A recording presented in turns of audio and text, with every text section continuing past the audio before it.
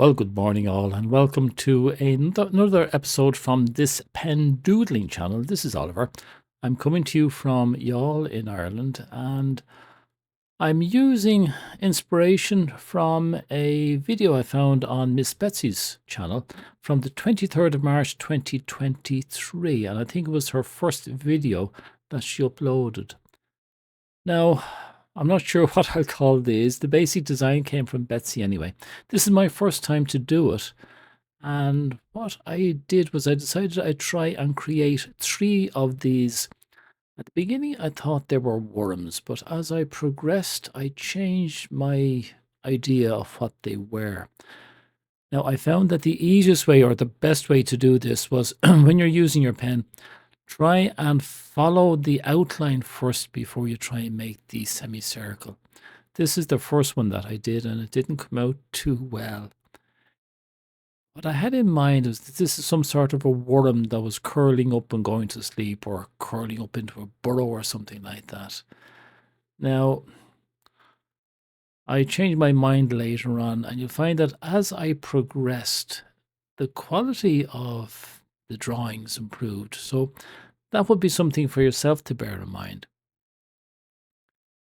Take your time and be sure and take out your pen and paper and practice, because it's only by practicing that you'll actually develop your own way of doing these things. I think you'll see that as I moved along with this one, I changed the way that I created these little slimy beasts. Now, at first I thought it was a worm, a soft, slimy worm, I suppose. But by the time I came to my third version of it, my thoughts had changed somewhat.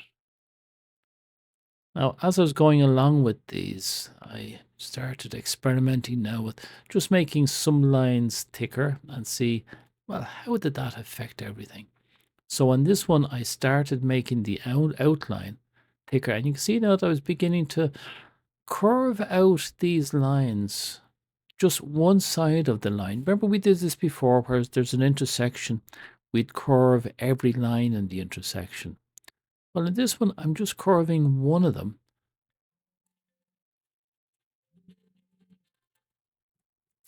Sorry, phone call there. Just curving one.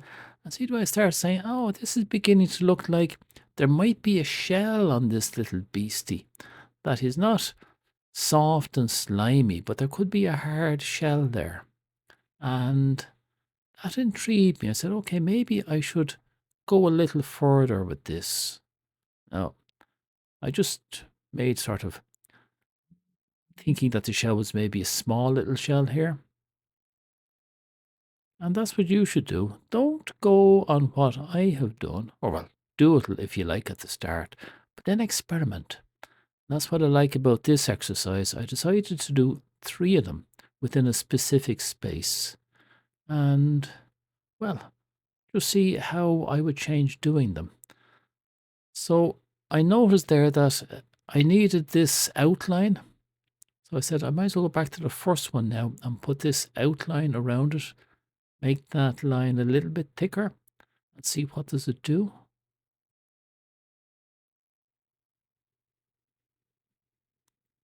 Now, while this is speeded up, it's about 3 times normal speed. Normally, you'll take your time at this, and that's where you get the little bit of relaxation. I'm leaving this one speeded up for yourselves so that you can see the technique.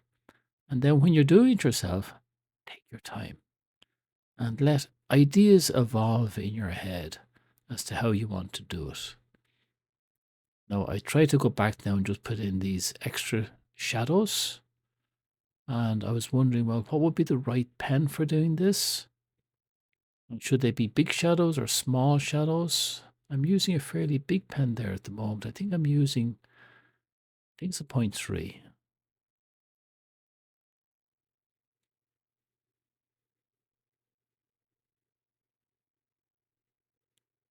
And unfortunately, I forgot where the camera was, and you've missed a couple of pieces there. Sorry about that. I've got a new setup with the camera now that's much better than the one previously. Previously, every time I touched the paper, the camera shook. It was just I was just using a cheap mobile phone camera and it didn't really work. So I now have a video camera that I used in previous project many, many years ago. And I just set it up. I'm still finding my feet in terms of how to use it for these particular types of videos. Now I'm going on to the third one. Having learned a little bit now from the first two, I've decided that the best way to do this is to start off with a thick line and don't be making it thick later on.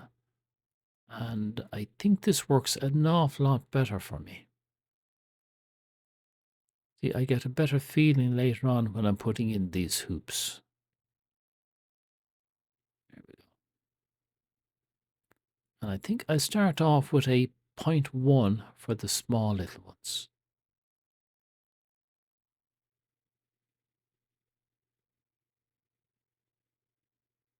And then I switch over to a 0.3. And I think you can see that I've got better control over the nib now at this stage.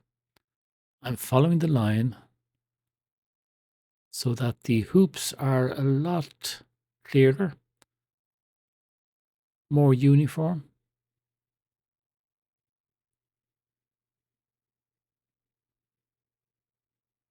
And that's what I mean about practice. If you don't do it, if you don't pull out the pen and paper and try it, you will never improve. And I hope you'll see this from this particular exercise on 3 of them. But the third one is a lot better than the first 2. You don't have to do a masterpiece, but you do have to do something every day. And when you're finished, you must feel like I've learned something. It might not be what I was looking for, but there was a learning process. And so that the next time I'm doing it, well, I'll have something in the back of the brain saying, this would look nice, and this is the type of shading I want to put on it.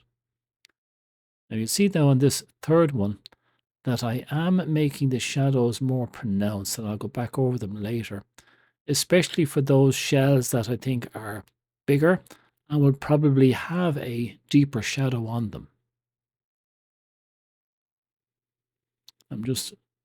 There you can see I'm actually making the shadow deeper because I reckon that with that sort of a turn of the body, there should be more room for light and shade in there.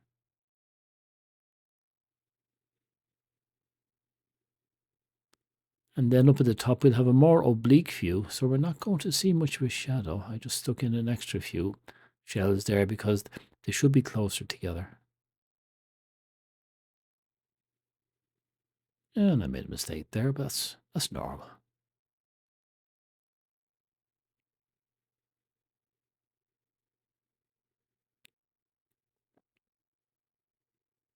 And now I need deeper shadows in here where the curl is at its most severe.